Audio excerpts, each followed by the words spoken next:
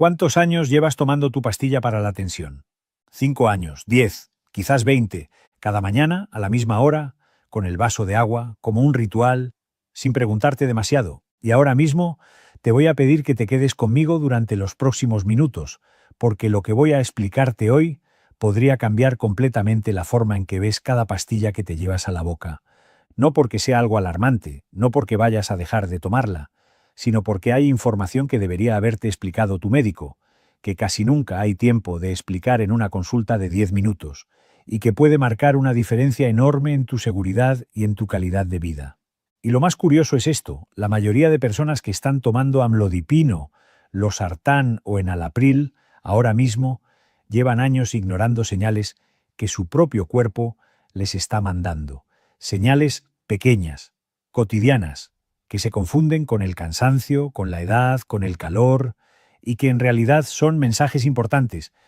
Y si eso te está ocurriendo a ti, quédate, porque vamos a repasarlo todo. Llevo más de 20 años acompañando a pacientes con hipertensión. He visto de todo. He visto a personas que tomaban su medicación religiosamente y aún así sufrían una complicación evitable. He visto a otras que dejaron el tratamiento por su cuenta porque se sentían bien y acabaron en urgencias. Y he llegado a una conclusión muy clara. El problema no es la medicación. El problema es la falta de información alrededor de esa medicación. Las consultas son breves, el médico tiene que atender a muchas personas.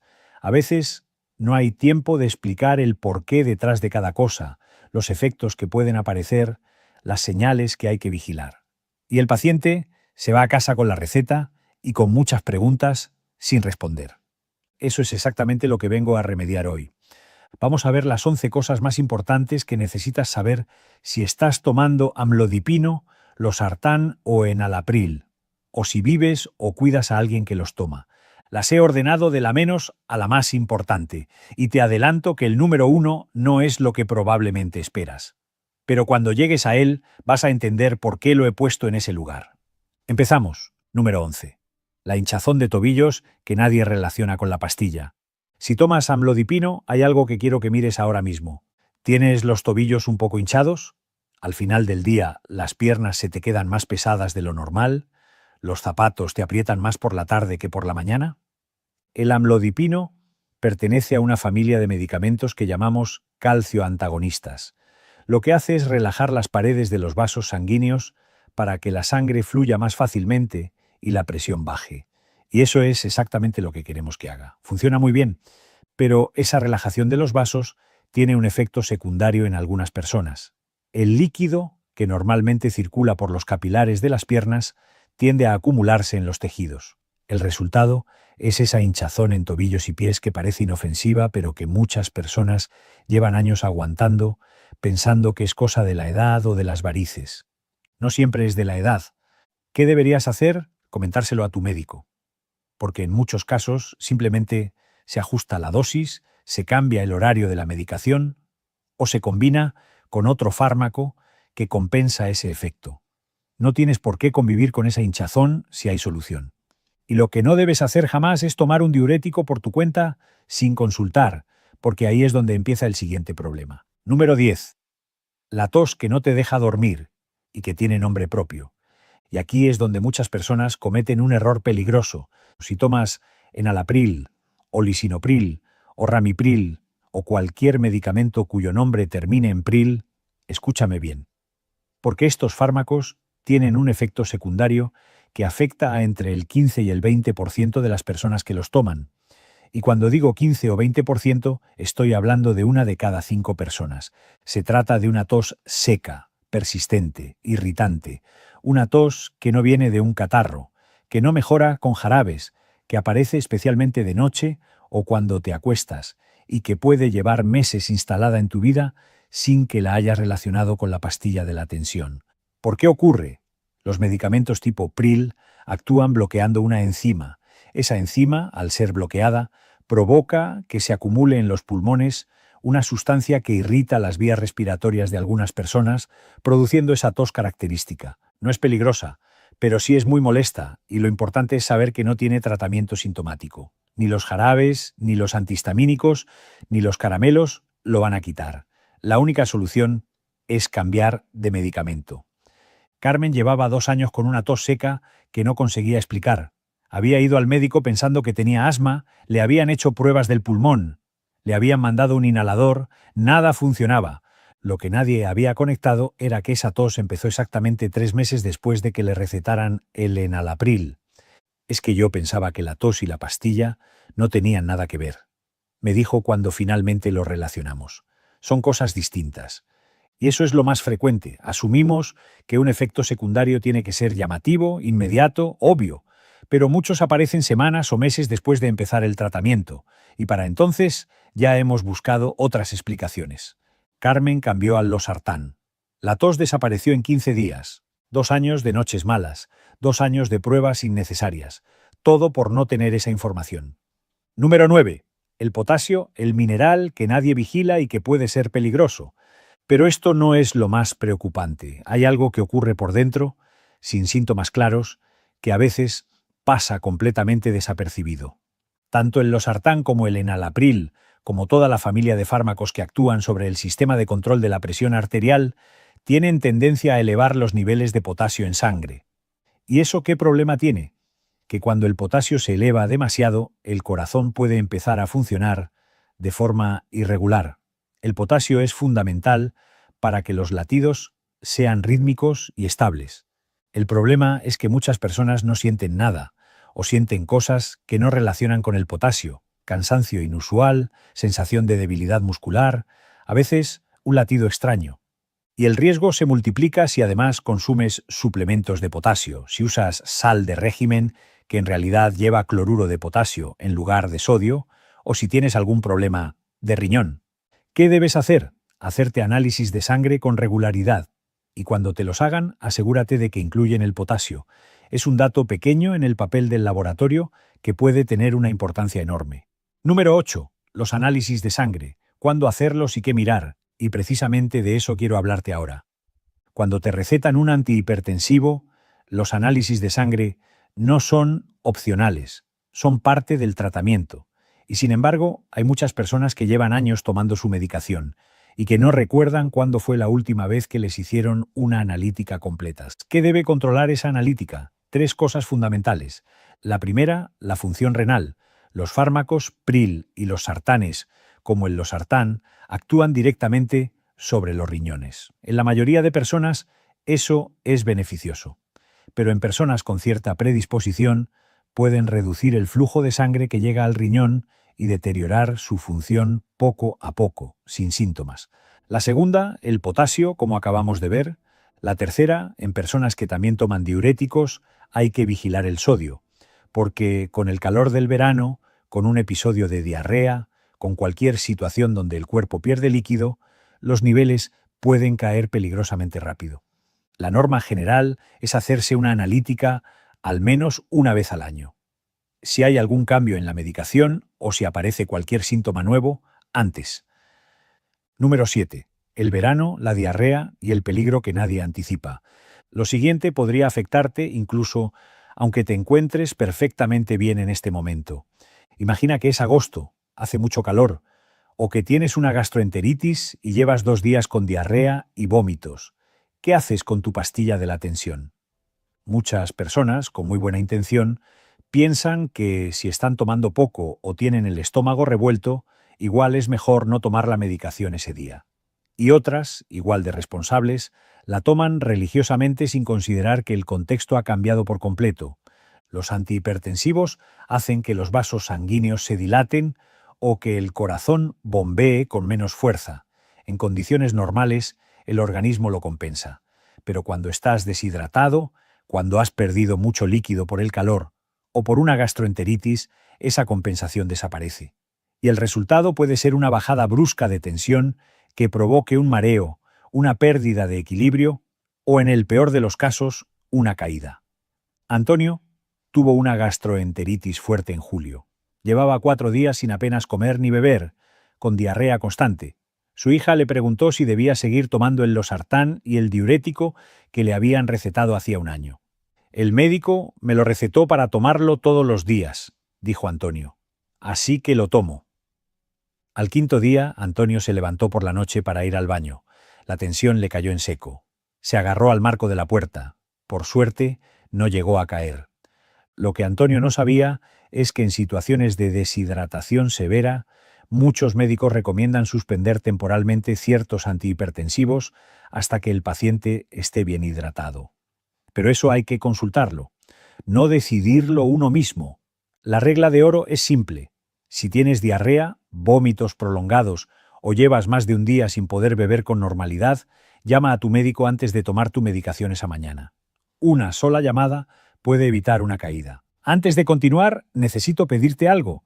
Si estás llegando hasta aquí es porque este tema te importa, y eso significa que probablemente hay alguien en tu vida que también necesita escuchar esto. Suscríbete al canal si aún no lo has hecho. Aquí hablamos de salud de forma clara, sin tecnicismos, pensando exactamente en personas como tú, y así no te pierdes ningún vídeo. Y ahora quiero pedirte algo más porque me ayuda muchísimo a elegir los temas que más os importan. Déjame un comentario diciéndome desde dónde me ves y cuántos años tienes. Así me ayudáis a elegir mejor los temas que más os afectan.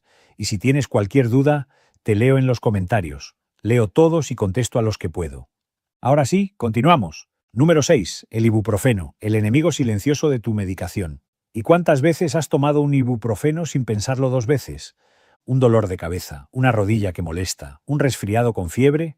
El ibuprofeno está en todos los botiquines. Es cómodo, accesible, familiar, y precisamente por eso es uno de los errores más frecuentes en personas que toman antihipertensivos.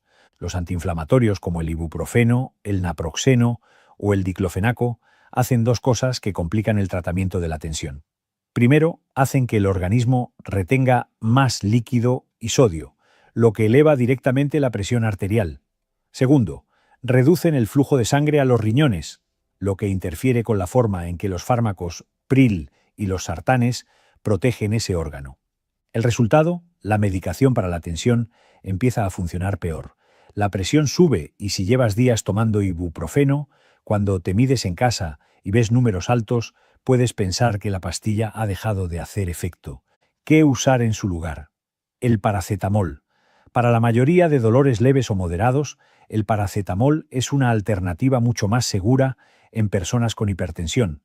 Si necesitas un antiinflamatorio de verdad, consúltalo con tu médico antes. Y si llevas tiempo tomando algún antiinflamatorio sin receta y tu tensión ha subido en las últimas semanas, hay muchas posibilidades de que esa sea la causa. Número 5. Los mareos y el riesgo de caída. La señal que no debes ignorar. Pero hay algo aún más importante que muchas personas pasan por alto. ¿Te has mareado alguna vez al levantarte de la silla o de la cama? Esa sensación de que el mundo se mueve un instante, de que tienes que agarrarte a algo, de que te falta el suelo bajo los pies.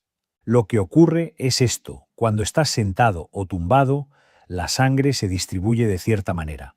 Al ponerte de pie rápidamente, el organismo necesita un segundo para redistribuirla hacia arriba, hacia el cerebro.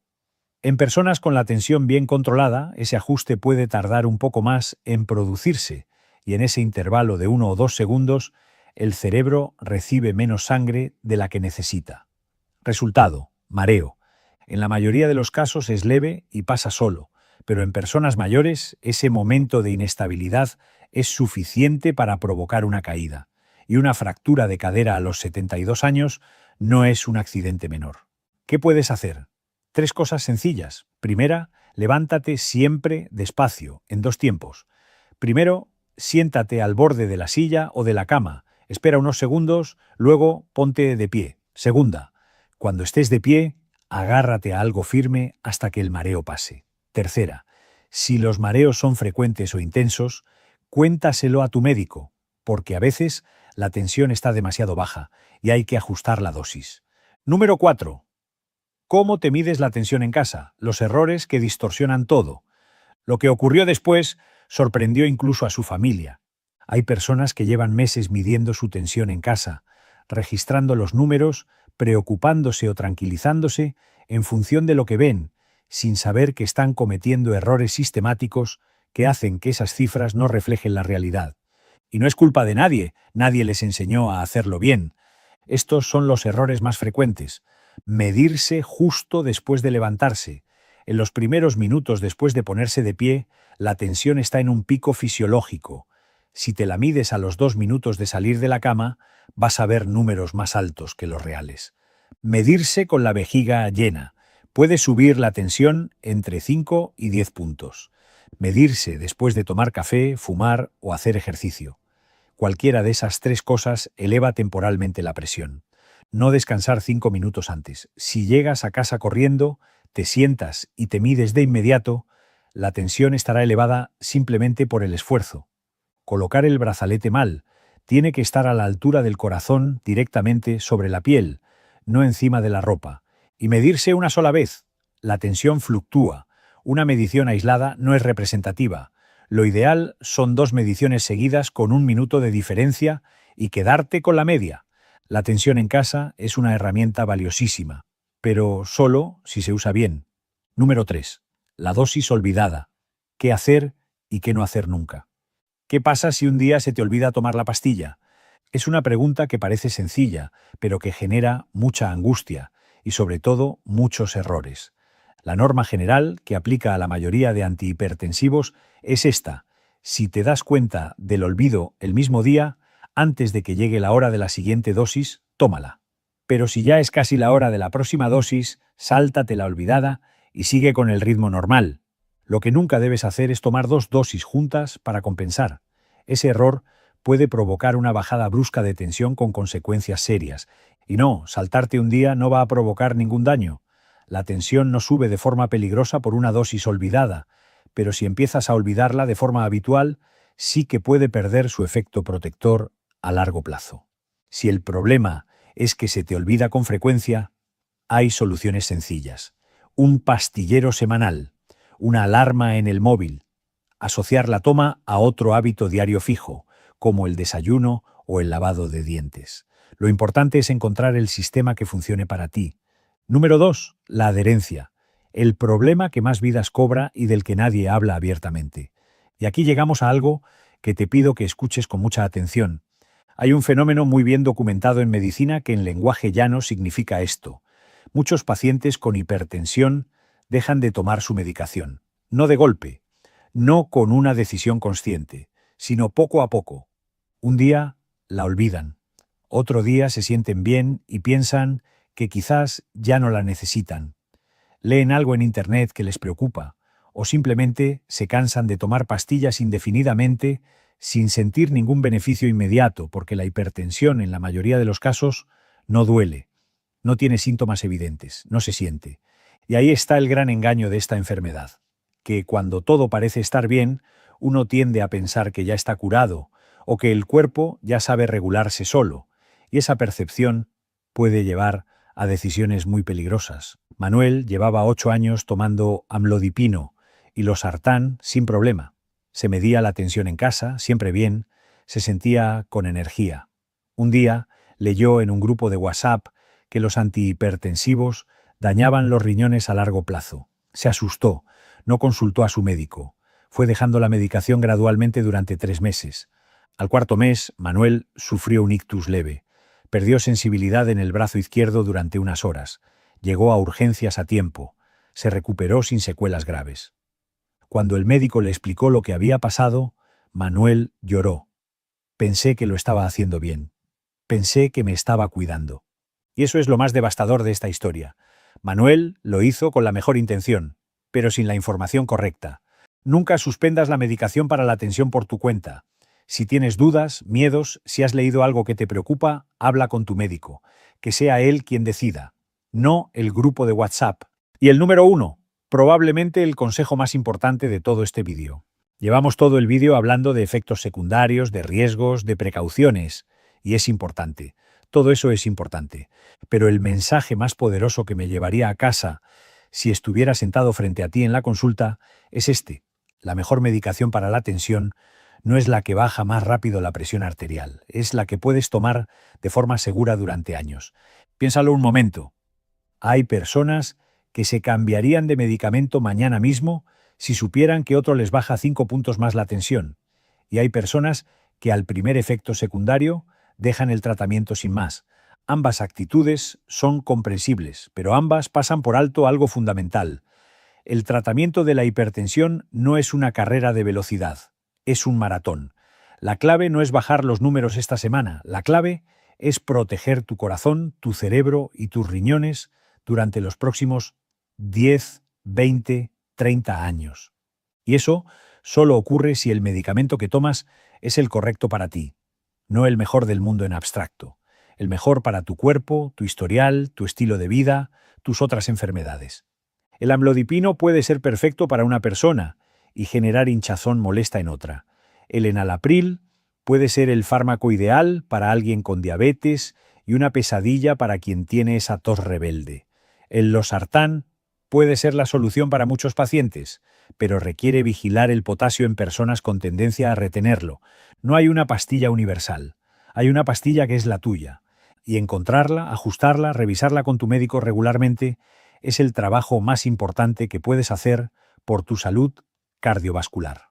La hipertensión no avisa, no duele, no sangra, trabaja en silencio durante años, deteriorando vasos sanguíneos, sobrecargando el corazón, dañando los riñones, aumentando el riesgo de ictus, y cuando se manifiesta, a veces lo hace de golpe, con consecuencias que cambian la vida para siempre.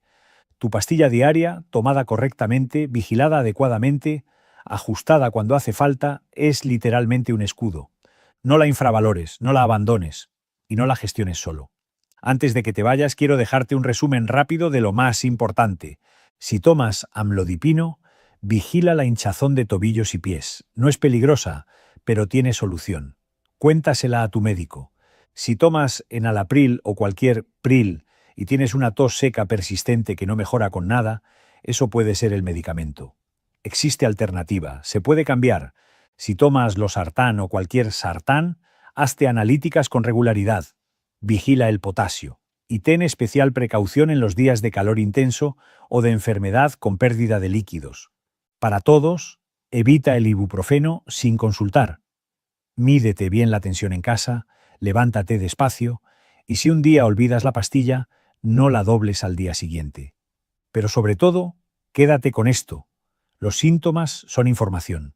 Esa tos, esa hinchazón, ese mareo, ese cansancio que no sabes de dónde viene, pueden ser mensajes de tu cuerpo que merece la pena escuchar y compartir con tu médico. No son señales para asustarse, son señales para actuar, y actuar significa hablar con tu médico. No suspender la medicación sin más, no buscar soluciones en Internet, no seguir el consejo de alguien del vecindario que también toma algo para la tensión. Tú mereces información precisa sobre cada pastilla que entra en tu cuerpo y mereces tomar decisiones sobre tu salud con todos los datos encima de la mesa. Eso es lo que hemos hecho hoy aquí. Si este vídeo te ha sido útil, si has aprendido algo que no sabías, si hay alguna señal que ahora vas a prestar más atención, te pido un favor, compártelo con alguien que lo necesite, con tu madre, con tu padre, con tu pareja, con un amigo que lleva años tomando su pastilla para la tensión sin que nadie le haya explicado nada de lo que hemos visto hoy. Ese gesto pequeño puede marcar una diferencia real en su vida. Cuídate mucho. Este contenido tiene fines informativos y no sustituye la valoración de un profesional sanitario. Cada persona es diferente, por lo que cualquier cambio en tu medicación o tratamiento debe hacerse siempre bajo la supervisión de tu médico. Ante cualquier síntoma o duda, consulta con un profesional de salud.